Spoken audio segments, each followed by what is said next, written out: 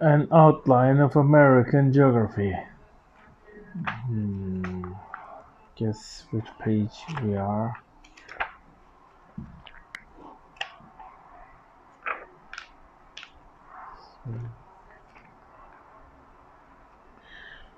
Here it is.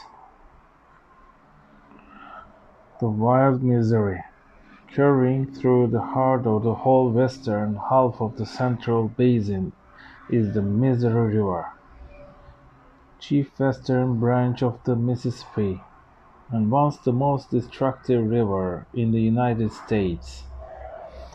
When the first explorers reached a point near the present city of St. Louis, they were amazed by the mighty stream of dirty water pouring down from the west. Father Marquette, a French priest who was leading the expedition, wrote, "I've seen nothing more frightful. A mass of large trees, real floating islands, came rushing, that we could not, without great danger, expose ourselves to pass across. That was the Missouri River in flood in 1673, and in flood many times since then."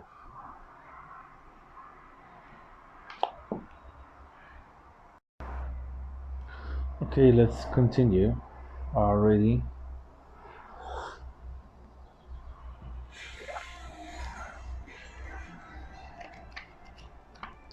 The Wild Missouri.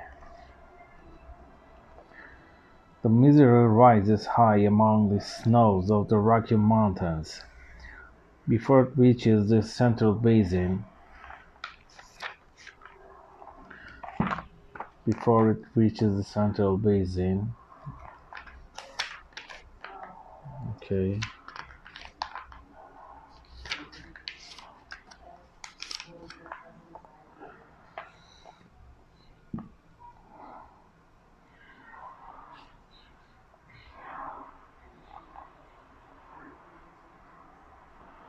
1,600 kilometers through a region where there are long droughts and sudden, extremely heavy rains.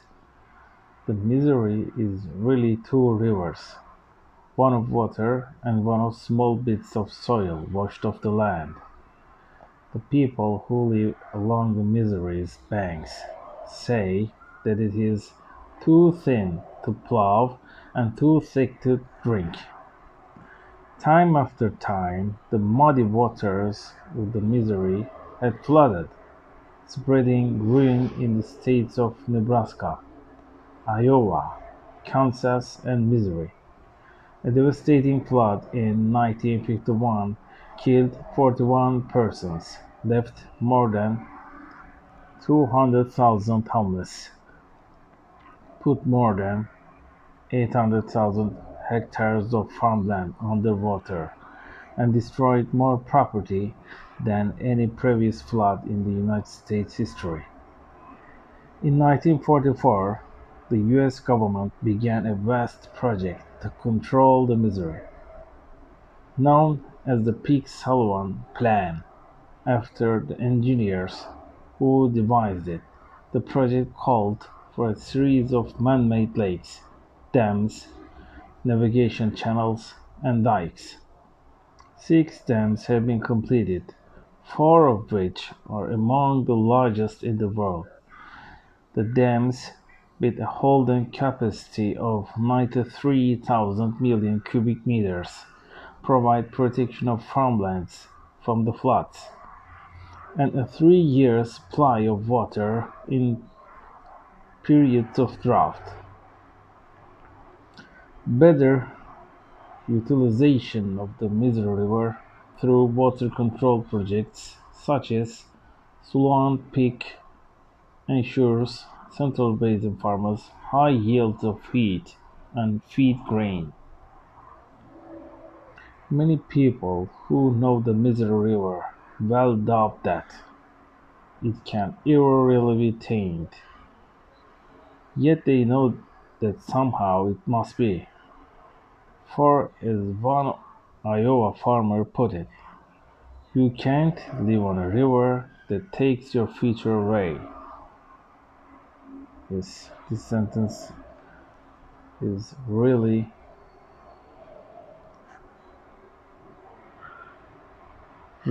thought to be important here.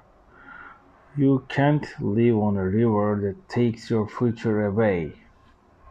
Okay, that's very nice.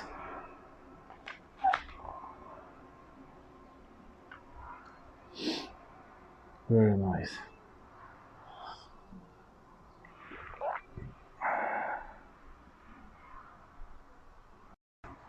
Okay, let's continue. Here is the metropolitan population areas. 1980 estimate. Here you see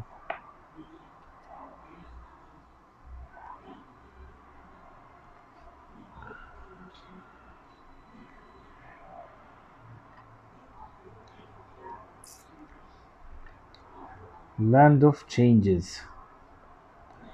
This southeastern region is changing more rapidly than any other part of the United States, not because the land is new, but because the area is old, exhausted land is being given a new life. The problem of the Southeast area are best illustrated by a story that goes back a decade before the turn of the century. The tale describes the funeral of a poor man. Here it is. They cut through solid marble to make his grave, and yet the little marble tombstone they put above him was from Vermont. They buried him in the heart of a pine forest, and yet his pine coffin came from Ohio.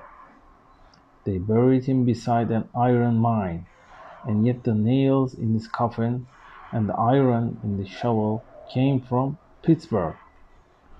They buried him in a coat from New York, and shoes from Chicago, and a shirt from Cincinnati. The South didn't supply anything for that funeral except the body and the hole in the ground. Wow,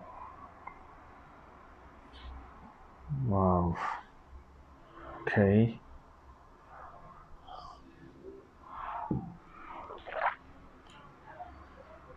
The point of the story was expressed by a modern Southerner in this way: "We have added two little human skulls, our raw materials."